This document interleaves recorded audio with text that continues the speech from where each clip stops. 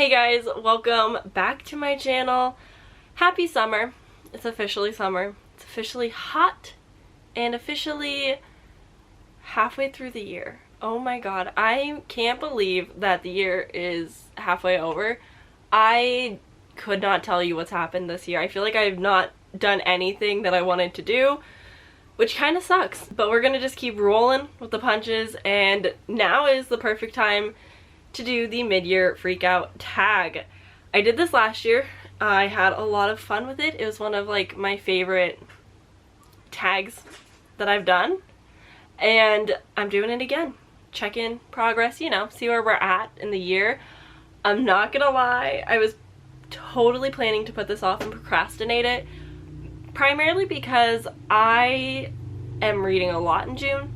June's not over. What if I read a complete banger of a book and I don't have this time to talk about it, you know? So I thought, let's just do it. My answers are primarily going to be the same because most of my reads were from the beginning of the year anyway, so let's just do it, right? Let's just do it. So the first question is, what is the best book you've read so far in 2022? This one was kind of hard, but I'm gonna try to keep my answers single and just give you one answer, but also try not to repeat my answers too many times. I haven't had a whole lot of like bangers of books this year, so I don't want to repeat too much, but I think for this I'm gonna go with A Man Called Uwe by Frederick Bachman. I love this book. I love this book so much. It has a special place in my heart. This book is following Uwe, and he's basically just this old man going through the motion. He's grumpy as all get up. He's your typical like old man. If you've seen the movie Up, he kind of reminds me of him. And he lost his wife, so he's just kind of like going through it. He's, I think, lost his job, and new neighbors move in. He's a stickler for the rules, and it's just about building friendship and the relationships that they have, and it's incredible. It was so amazing. I loved it so much. I read it within one sitting, basically. Like, I listened to the audiobook on the car ride. I'll save the rest for later, but just know it was a great book. I gave it 5 out of 5 stars. It's so amazing. It's so good. The next question is, what is the best sequel that you've read so far? And I have read a few great sequels. Heartstopper, the like finale-ish to A Dowry of Blood, really enjoyed that. But my answer for this is going to be 1000% Before the Coffee Gets Cold, Tales from the Cafe by Toshikazu Kawaguchi. I loved this. I read these books back to back. Loved them. I preferred the second one, maybe because I understood the rules, so I didn't have to have as much explanation, or I just really enjoyed the stories more. These are basically snippets of people's lives that come to this cafe, and if they find the perfect spot and opportunity, they can sit down at a table and go back in time to speak with somebody who's once visited the cafe in their life. And the only true rule, there's a few rules, but one of the biggest rules is that you have to be back before the coffee gets cold. I really enjoyed this. I loved all of the stories and the characters, especially the people owning the cafe and like how the magic of that worked. I really enjoyed the second book because it was just more thorough, and the emotions, it almost got me to cry. Almost. I think upon a reread with the physical book, I could totally sob. The next question is a new release that you haven't gotten to yet. Most of them, a lot of them. I haven't been reading as many 2022 releases this year. Not intentional, just there's a lot of books I want to read. It's been lower on my priority list. But one that I want to get to, that I know nothing about, and is solely because the cover is so beautiful and I've seen good reviews come of it, is I Am the Girl in Your House by Maria Ramasco Moore. And this cover, guys, the cover. I did talk about this a little bit in my anticipated releases of the first half of the year. If you're interested and want to check that out. Yeah, it mostly for the cover. I know that it's about a ghost in your house, in someone's house, and it's basically how she's dealing with society's standards of being beautiful, but I'm so intrigued. I don't know I don't know, but that's one I really want to get to. And piggybacking off of that is most anticipated read for the second half of the year. I'm going to dedicate a whole video to all of the books that are coming out in the later half of the year that I'm really excited for.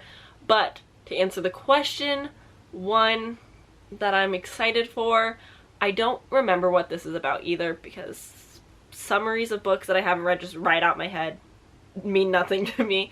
But I'm gonna go with Light Lark by Alex Astor. Again, I don't remember. The cover's nice, it's nothing spectacular, but I remember I read the summary and I was like, oh my god, I need to read this. This is amazing. So I'm really excited for it. I will talk more about what it's about in that video though. The next question, the one we've all been waiting for, I'm sure. Biggest disappointment of the year. Oh, don't worry, I spent money on this one. The Paris Apartment by Lucy Foley. And in tangent with this would be 9 Lives by Peter Swanson. And let me just say, the vibes of the colors, the vibes of the covers with the colors, similar. And if Riley Sager's The House Across the Lake gives off the same 2-star energy, I'm gonna be so upset.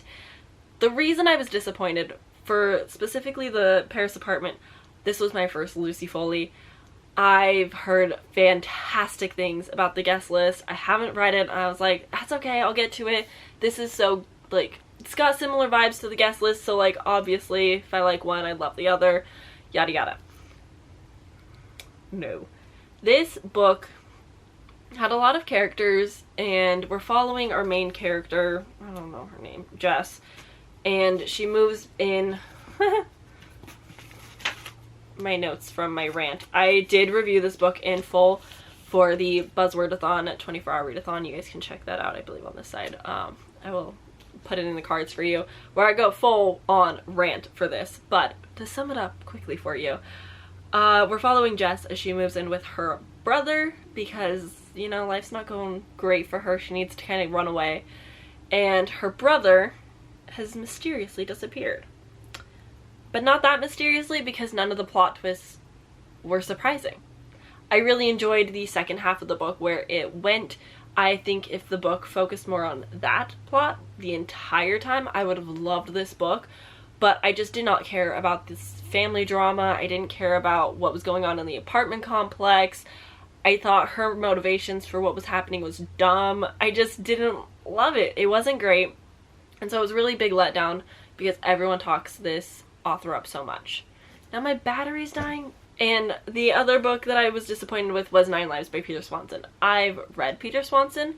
I really enjoyed the one book that I've read. Granted, that's not a big list to go off of, but I did enjoy it nonetheless. And this one was so bad. And I think part of the reason 9 Lives disappointed me so much was because I read Peter Swanson before and I did enjoy his work, but this one just like wasn't it for me. It wasn't the one.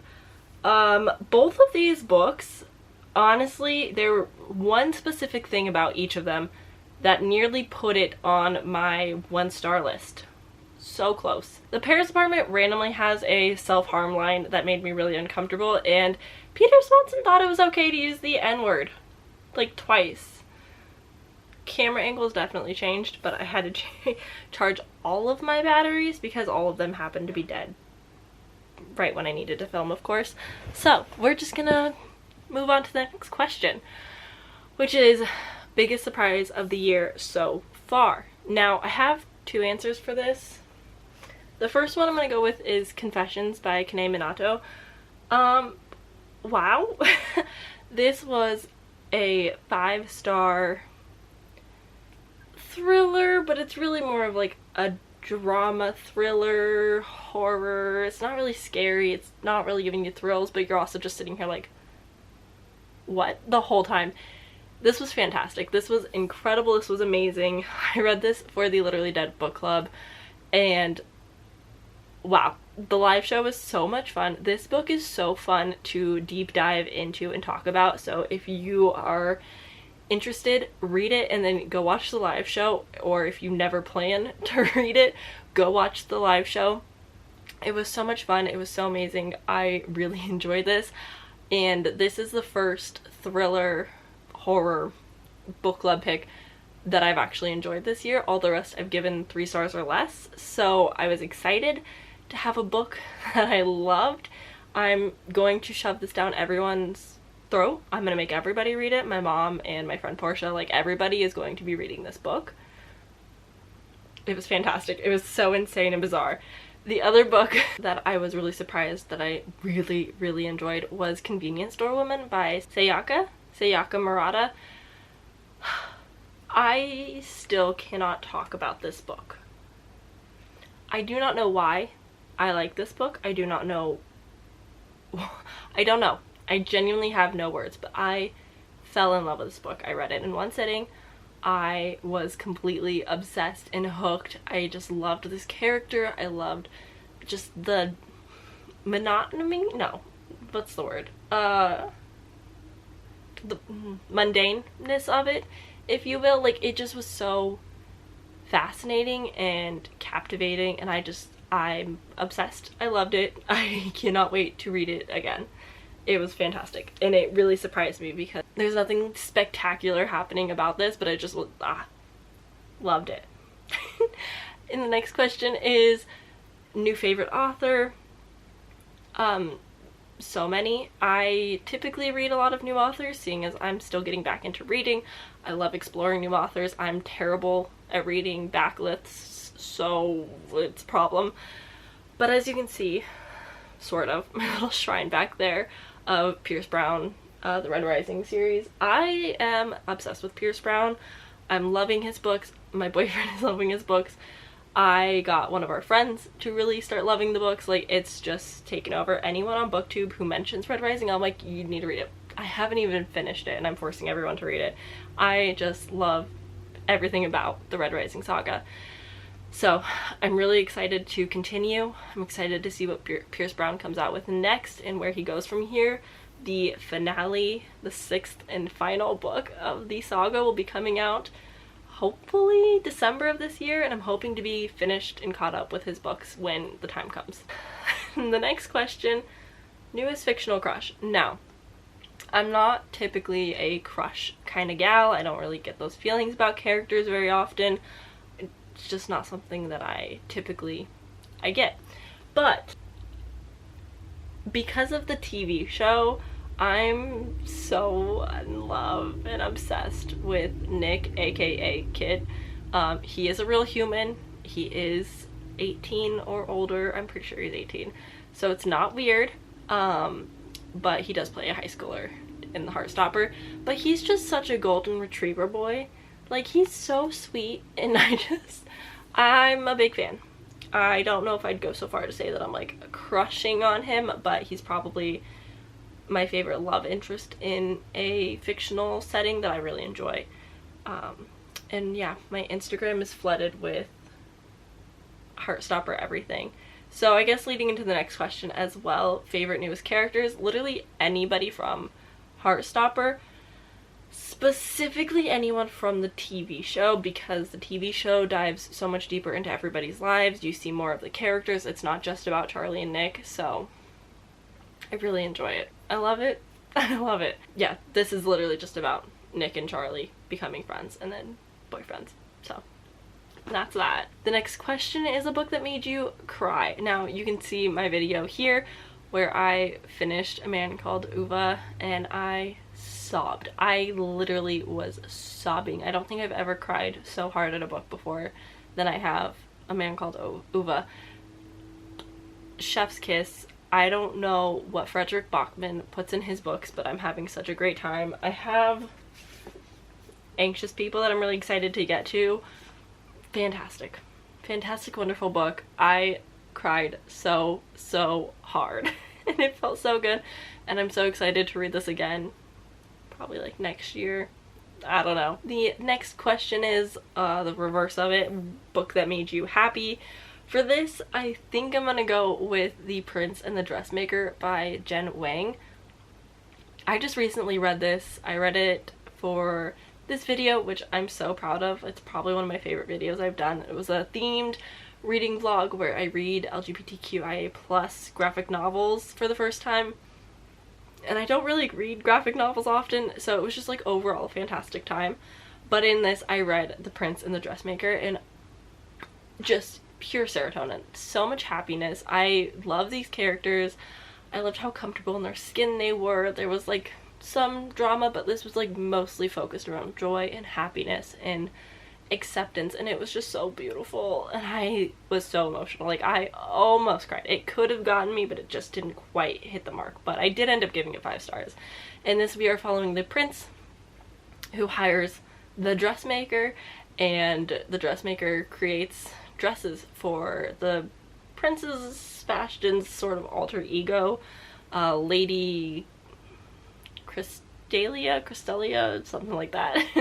And basically they just go hit the town in dresses, and he's cross-dressing and having like the time of his life, but he's also a prince with responsibilities, so he kind of keeps it a secret, and it's just so good. So good. Highly recommend. The next question is the most beautiful book that you've purchased or received. For this, I think I'm gonna go with The Girl Who Fell Beneath the Sea by Axie. I just really love this cover. I don't know, I love the colors. I love the the Asian inspiration. It's all inspired by Korean legend, but just everything about the art style is so beautiful. Like the stenciled edges, the outside you can't barely see very well, the end pages are designed like this book is just completely beautiful and stunning. I gave this 4 stars. I really enjoyed it. In this, we are following our main character, Mina, and she basically sacrifices herself to save her brother, and she goes down beneath the sea to be the sea god's bride and hopefully fix whatever weird stuff's going on in the village. And it's just such a beautiful journey. It's just, oh, it's good. It's good. I read this for the Bookopoly 48-hour readathon and had a great time with it. So that would be the most beautiful book I think I've gotten this year.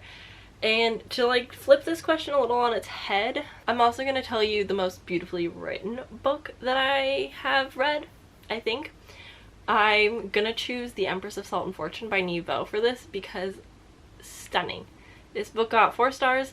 We're following Chi and their adventure as a cleric to basically hear stories, to commit to memory and history and write about it in whatever memory system they have.